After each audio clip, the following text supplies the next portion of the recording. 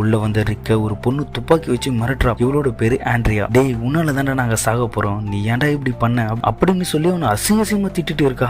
ரிக்கு என்ன நடக்குதுன்னு ஒண்ணுமே புரியல. அப்போ எல்லாரும் அவளை தடுத்து நிறுத்திட்டு மோரல்ஸ் அப்படின்ற ஒரு ஆளு மட்டும், இங்க பாரு நீ வரும்போது தேவையில்லாம துப்பாக்கியில சுட்டல, அந்த சத்தம் கேட்டு மொத்த சாம்பிகளும் இங்க வந்துடுச்சுங்க. நாங்க இங்க இருந்து தப்பிக்கலாம் அப்படின்னு இருந்தோம், ஆனா நீ பண்ண வேலையால இப்போ நாங்க இங்கேயே வசமா மாட்டிக்க வேண்டியதாயிடுச்சு. அது மட்டும் இல்லாம இங்க இருக்கிறது கண்ணாடி கதவு, அதை இதுங்க சுலபமா உடைச்சிட்டு உள்ள வந்துரும். இப்போ நாங்க தப்பிக்க வழியே இல்லை அப்படின்னு சொல்லி முடிக்கிறாரு. இவங்க இப்படி பேசிட்டு இருக்கும்போது திடீர்னு மாடி மேல துப்பாக்கி சுடுற சத்தம் கேக்குது.